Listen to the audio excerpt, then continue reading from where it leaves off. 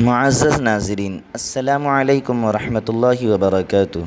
آج ہم آپ کو بتائیں گے حضرت سفینہ رضی اللہ تعالیٰ عنہ کے ایمان اور ان کی بہادری کا ایک دلچسپ واقعہ۔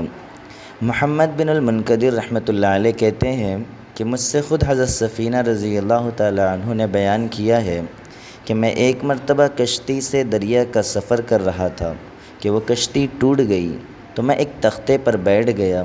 وہ تختہ بہتا ہوا ایک شیر کی جھاڑی کے قریب لگ گیا۔ اتنے میں کیا دیکھتا ہوں کہ ایک شیر میری طرف لپکا، تو میں نے اس سے یہ کہا کہ میں سفینہ حضور اکرم صلی اللہ علیہ وسلم کا غلام ہوں، اس وقت میں راستے سے بھٹک گیا ہوں۔ یہ سنتے ہی شیر مونڈھے سے اشارہ کرنے لگا، یہاں تک کہ اس نے مجھے سیدھے راستے پر لا کھڑا کیا۔ اس کے بعد شیر گرجنے لگا تو میں سمجھ گیا کہ اب یہ رخصت ہو رہا ہے۔ میں مامون اور مطمئن ہو گیا۔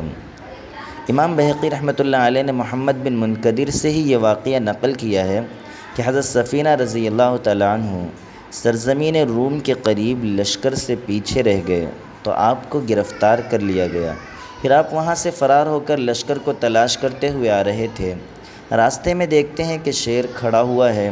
آپ نے شیر کو مخاطب کر کے فرمایا، اے ابو الحارث، یہ شیر کی کنیت ہے کہ میں سفینہ حضور اکرم صلی اللہ علیہ وسلم کا غلام ہوں، میرے ساتھ یہ واقعہ پیش آ گیا ہے۔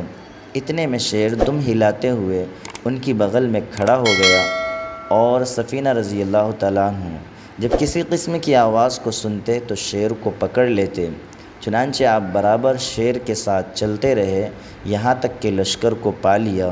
اس کے بعد شیر واپس لوٹ گیا۔ تو محترم دوستو، اس واقعے سے ہمیں یہ سبق ملتا ہے کہ اگر ہم بھی اللہ اور اس کے رسول کی سچی غلامی میں آ جائے تو شیر ہی کیا بلکہ دنیا کی ہر چیز ہماری غلامی میں آ جائے گی اور ہماری خدمت کرنے لگے گی۔